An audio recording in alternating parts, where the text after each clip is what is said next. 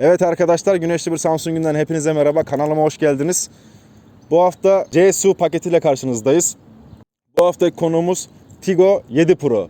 Yani C segmentinde kendine yavaş yavaş markalaşmaya yer arayan, piyasada kendine yer bulmaya çalışan bir Çin firmasının ürettiği SUV ile beraberiz arkadaşlar. Birazdan araç sahibini de videomuza çağıracağım.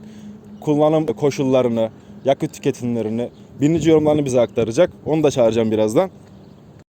Öncelikle aracı dış taraftan baktığımızda arkadaşlar gerçekten de C-SUV segmentinde kendine yer bulabilir mi? Bence bulabilir. Göze güzel gelen, kullanıcısına güzel izler bırakan, insanı yormayan güzel, sade, şık bir tasarımı var. Özellikle ön tarafına geldiğimiz zaman Chery'nin büyük derecelendirmiş olduğu amblemi, logosu var. Panjura baktığımızda plastik bir yapıya sahip ama o plastiğin içinde siyah karartılmış, panjurun tüm hakimiyetini sağlamış bir renk var.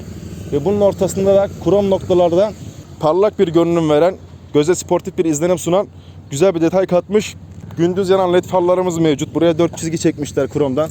Pardon, 3 tane.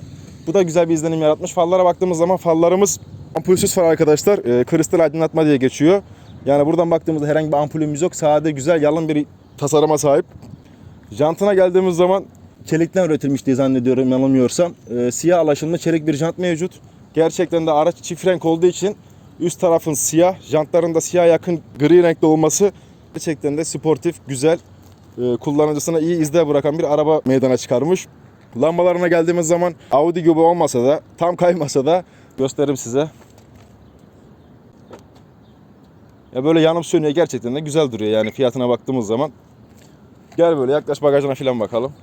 Burada bir tuşumuz var arkadaşlar, ona bastığımız zaman 10 santim çekiyoruz ve sonrasında kendi açılıyor. Gerçekten güzel bir sistem yapmışlar.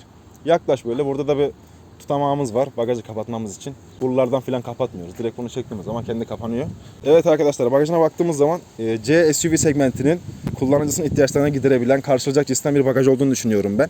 475 litrelik bir bagaj hacmine sahip. Kullanıcısına hitap ediyor mu? Bence ediyor. Çünkü bu araçların bagajları genelde 450-500-550 litre arasında sınırlı zaten. Kullanıcısının ihtiyaçlarını ben tamamlayabildiğini düşünüyorum. Zaten kullanıcımız da buraya, araç sahibimiz bebek arabasını koymuş, valizlerini falan koymuş, kamp sandalyelerini koymuş. Bence güzel, yeterli bir bagajı var diyebilirim. Daha fazla bir alan istiyorsak arka koltuklara yatırdığımız takdirde 1150 miydi? 1500 litrelik bir bagaj hacmine daha erişebiliyoruz. Bu da güzel bir imkan. Beklentilerimize karşılayan bir imkan. Yani burada eşyalar var ama size gösterebiliyorsam. Şurada bir çekme alatımız var. Bunu çekiyoruz. Burada bir 10 santimlik malzeme filan koyma yerimiz var. Köpüğün altında da stepnemiz var arkadaşlar. Yani 2 kademeli. Boşluklarla beraber 3 kademeli güzel bir bagaj bizi karşılıyor. Yani alt tarafa kitaplarımızı vesaire 10 santime kadar erişebilen eşyalarımızı koyabiliriz. Güzel bir aragöz gibi olmuş bagaj. Burada biraz da çakmaklık girişimiz var arkadaşlar. İnce de olsa, küçük de olsa güzel bir özellik bence. Burada bir adet ampulümüz var. Burada gizli bir tuşumuz var. Buna bastığımız zaman böyle hemen askı apartımız beliriyor. Bu da gerçekten göze güzel geliyor. Genelde tüm arabalarda böyle sabittir. Yani açık bir halde bulunur. Göze takıntı veriyor yani. Çok güzel durmuyor ama Chery bu özellikle, hani bu gizlemeyle gerçekten güzel bir özellik sunmuş diyebilirim. Burada da 2 adet arkada hoparlörlerimiz mevcut. Burada 2 adet plakalı ışığımız var arkadaşlar, LED'den oluşmakta. Burada bir adet kameramız var arkadaşlar. Park sensörü de vardı zaten bu araçta. Stopların sağ ve sol stopun aynı bizim TOG'a benzeyen bir yapısı var. Zaten günümüz SUV araçlarında hemen hemen her firma bu tür yapılanmaya gidiyor stop durumunda. Gerçekten de bütünselliği koruyan, göze hitap eden güzel bir stop durumu var. Egzoz çıkışlarına gelelim arkadaşlar. 2 adet egzoz çıkışımız var ve bunları kromla çerçevelendirmişler. Gerçekten mükemmel, sportif duruyor. Yani spor bir arabaya binmek isteyenlerin, bu aracı SUV düşünenlerin yani daha doğrusu, hem de spor olsun diyenler için bu araç gerçekten de birebir ihtiyaçlarını karşılayabilir arkadaşlar. Ve egzoz çıkışlarımızın ikisi de aktif. Yani biri sahte egzoz değil, ikisi de aktif egzoz. Dış taraftan baktığımızda bir de cam çıtalarımız kromdan çerçevelendirilmiş. Alt ve üstleri çift renk arkadaşlar. Burası siyah, alt tarafımız beyaz renk. Tabi opsiyonları var bunun. Dilediğiniz rengi göre siz talep edebiliyorsunuz. Üst tarafta komple cam tavanımız mevcut. Alabiliyor musun orayı? Az kaldır istersen. Üst tarafta komple cam tavanımız mevcut. Sunroofumuz var. Sunroofumuzda cam tavanın yarı alanı kadar açabiliyoruz. Bu da güzel bir özellik. Genelde böyle 1/3 kadar açılır. Bu cam tavan olmasına rağmen yarısına kadar açabiliyoruz sunroofunu. Güzel bir özellik. Benim en çok hoşuma giden arkadaşlar anahtar yapısı. Yaklaş böyle. Dikdörtgenimsi. Alt tarafları krom detaylı. Tuşların belirginliği. Arka taraftaki o logosu filan. Yani gerçekten yapısı benim çok hoşuma gitti. Hem pratik hem kullanması güzel. Cebe attığımızda yer işgal etmeyecek bir anahtar. Anahtarın benim gördüğüm en iyi özelliği yani arabada tuşa bastığımız zaman arkadaşlar uzaktan kendini çalıştırması. Yani biz bugün 1 milyon 50 lira, 1 milyon 100 lira gibi rakam verip özellikleri alabiliyorsak ben kullanıcı olarak, hani bir araba kullanıcısı olarak ben çok memnun olurum. Bu özelliğe bakın. Açmada mıydı?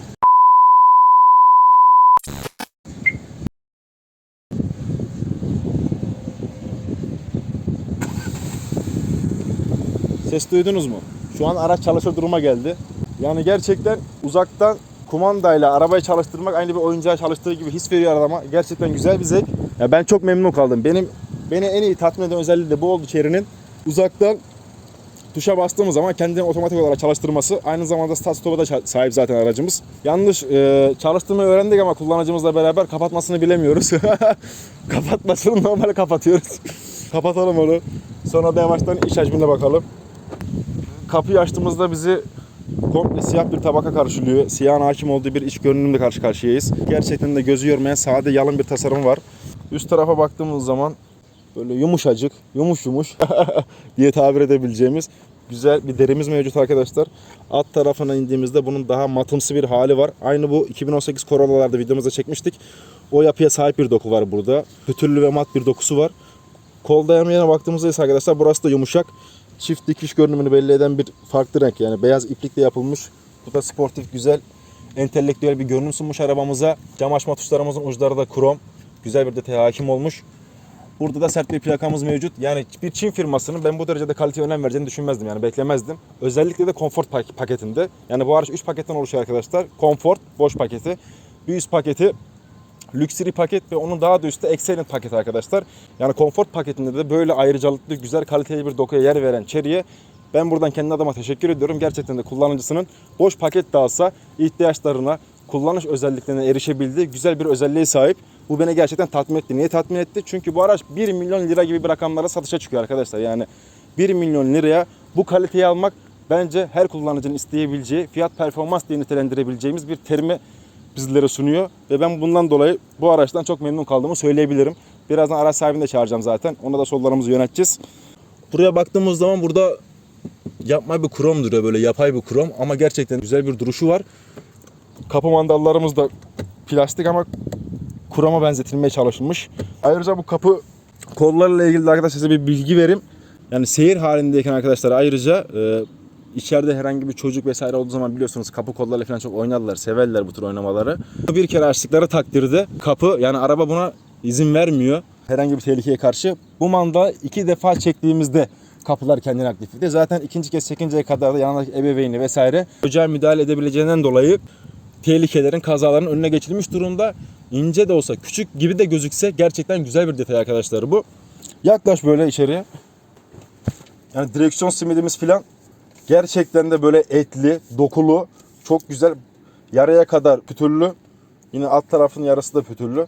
Bu taraflarımız delikli, böyle güzel sportif BMW M Competition direksiyonlarına benziyor aynı. Güzel bir direksiyonu var. Bu tarafın bombeli olması gerçekten de kullanıcısına tok bir görünüm sunmuş. Yani ben araca bindiğim zaman araç bana doygunluğu hissettiriyor. Yani gerçekten de doygun, güzel bir araç. Torpido tarafına baktığımızda burada da gerçekten kapı kollarının 2-3 katı derecesinde yumuşak bir doku mevcut. Bakın böyle göstereyim.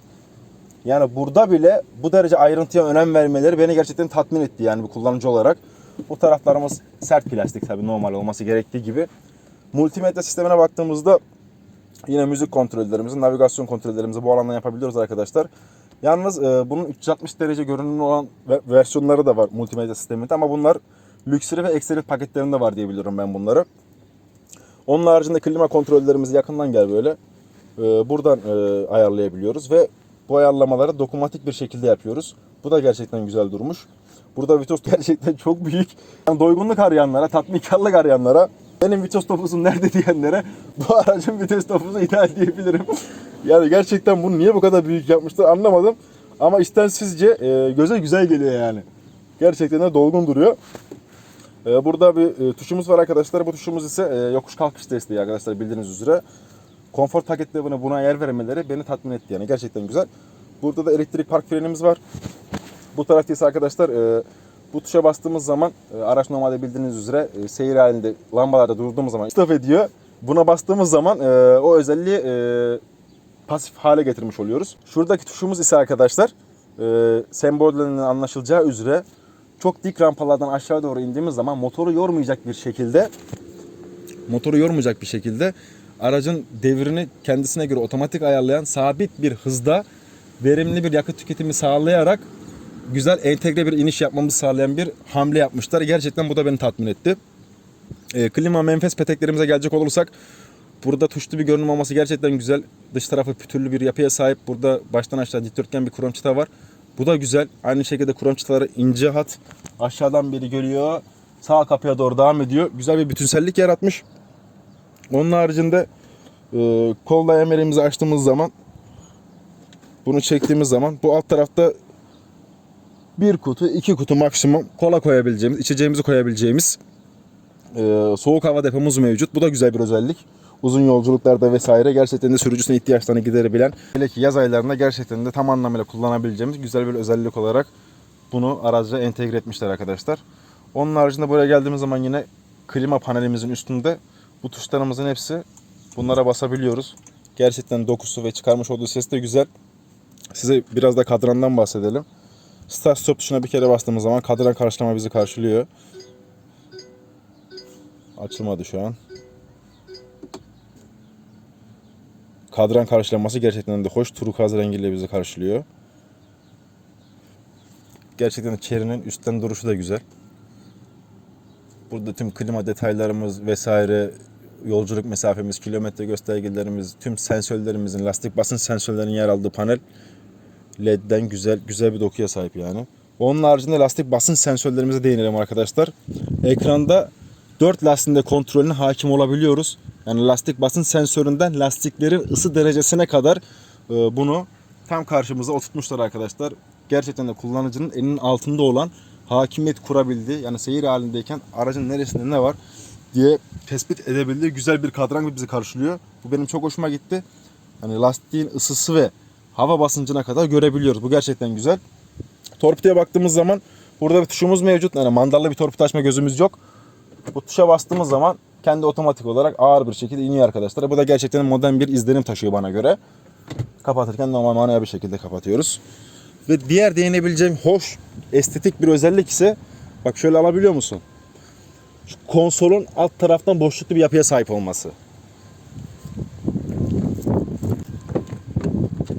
Konsol böyle hani Porsche araçlarında gibi bütün bir kordon şeklinde geliyor ve alt tarafı bomboş. Hani saydam, güzel, boşlukta güzel bir özellik yapmışlar. Bu boşluk gerçekten de göze güzel geliyor bana göre. Hani havalı bir görünüm olmuş. Onun haricinde bu konsolumuzun altında bir adet 12 wattlık çakmaklık girişimiz var. Onun yan tarafında USB gözlerimiz yer alıyor 2 tane.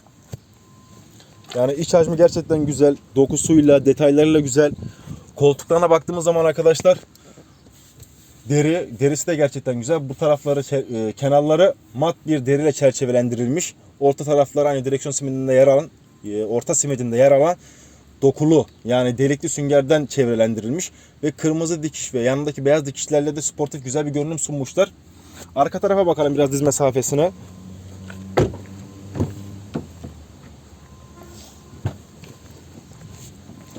Arka tarafa geldiğimizde arkadaşlar gerçekten uzun yolculuklarda rahat 4 kişinin seyahat edebileceği güzel bir araç ve 5. kişinin de rahat bir yolculuk yapmasını sağlıyor. Bunun sebebi ise arkadaşlar, yani bu araçta şaft tünelimiz sadece 3 santimlik, hatta 2 santimlik bir çıkıntıyla bizi karşılıyor.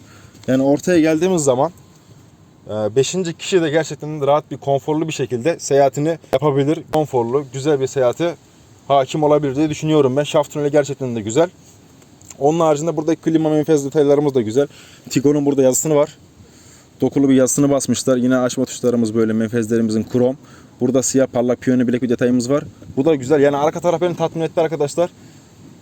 Bak sunroof'u göster. Sunroof gerçekten de cam tavan bir araca göre olması gerektiğinden fazla büyük. Yani bu da kullanıcının içerideki alan ferahlığını arttıran cinsten bir özellik. Onun haricinde iç hacmi bu kadar arkadaşlar. İsterseniz aracın kullanıcısını çağıralım ve bir de ona bir takım sorular yöneltelim. Sizin merak ettiğiniz soruları. Sonrasında videoyu bitirelim. Evet arkadaşlar, kendi gözümüzde Tiggo 7 Pro'yu sizlere tanıtmaya çalıştık. ve kullanıcısını çağırmak istiyorum. Onun gözünden de tecrübelerini almak için. Enes kardeşimi videoya davet ediyorum. Merhaba. Kardeşim hoş geldin. Hoş bulduk. Enes, aracı izleyicilerimize, kullanıcılarımıza, almak isteyenlere tanıttık. Ve sen de bu aracı alalı bir ay oldu herhalde yanılmıyorsam. Bir ay oldu. 2023 model bir araba. Fabrikadan yeni aldın. Sana sormak istediğim sorular var. Hani yakıt tüketimi, performansı açısından. Bu araç için bize neler söyleyebilirsin? Araç bir kere yakıt tüketiminden oldukça şu an bence C-SUV'a göre gayet başarılı. Çünkü araçta 183 beygirlik bir benzinli bir motor var. Evet. Ve araç büyük olduğu halde araç buradayım diye hissettiriyor kendini. Ve turbo motor değil mi bu? Tabii turbo motor, ayrıyetten de araç kendini burada hissettiriyor. Yolda atıyorum 3 spor mod var. Spor mod, eco mod ve normal mod. Eco ve normal modlarda arabanın deposu şu an 45 litrelik bir yakıta sahip. 45 litrede atıyorum 100 kilometrede ortalama 9-9,5'larda. Eco modlarda işte 8-8,5'larda ve şu an yeni olduğuna dahil. Araba biraz da ilerleyen zamanlarda yakıtta biraz daha tasarruf sağlar. Ama bence motoruna göre çok yakıtında çok fazla değil yani. Orta derecede bence. Yani biz şu anki fiyatlara baktığımızda, benzinin fiyatlarına baktığımızda kullanıcısına 1.90, 2.20 hatta ortalama 2 lira bazında, bir kilometre bazında yakıt tüketimi olduğunu söyleyebilir miyiz? Tabii ki de. Tabii ki de söyleriz ama C segmentine göre yani bu başka taraftaki araçlara göre bence gayet başarılı. Yani C segmentine göre Enes'in dediği gibi hani 2 lira gibi bir rakam kilometre bazında şu anki verilerle, güncel verilerle gerçekten de tüketicisinin fiyat performans diyebileceği bir araç arkadaşlar. Enes'e bu konuda ben de katılıyorum. Tam bir fiyat performans arabası. Evet. Peki Enes, yol tutuşudur vesairedir, bu araç için neler söyleyebilirsin? Şimdi araç kendini yüksek gösteriyor. 18 jant araba. Hı hı. Bu şekilde araba kendini yüksek olduğu halde yol tutuşlarında mesela atıyorum yüksek hızlarda 140-150 gibi hızlarda virajlara falan girdiğiniz zaman araba ben kendimi buradayım diyor. Evet. Yani istediğiniz şekilde viraja girdiğiniz zaman araba kendini viraja komple oturuyor.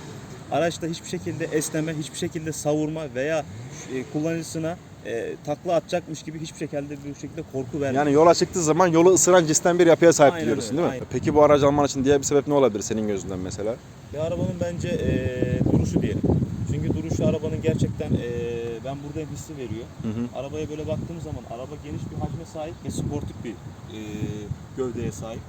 Araba bunun için benim daha çok yani bana daha hitap ediyor. Yani hem sportif bir görüşü var hem de SUV bir görüşü var ve oldukça da konfor tüketiminden ve ayrıyetten içindeki konforu ve dıştaki alanı, yani bu arabayı bence almalısınız diyor.